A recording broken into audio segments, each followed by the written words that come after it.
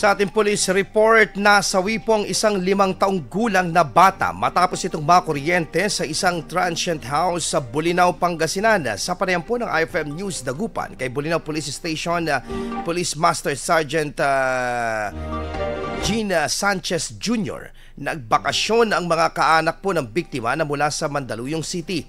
Lumalabas sa investigasyon ng pulisya na nahulog ang bata habang nakaupo ang bata sa likurang bahagi ng pinaglalagyang transient house.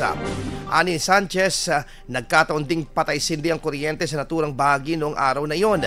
Nang paanda rin ang generator ng kabilang transient house, ang connecting wire nito ay nagkataong naroroon kung saan bumagsak ang bata.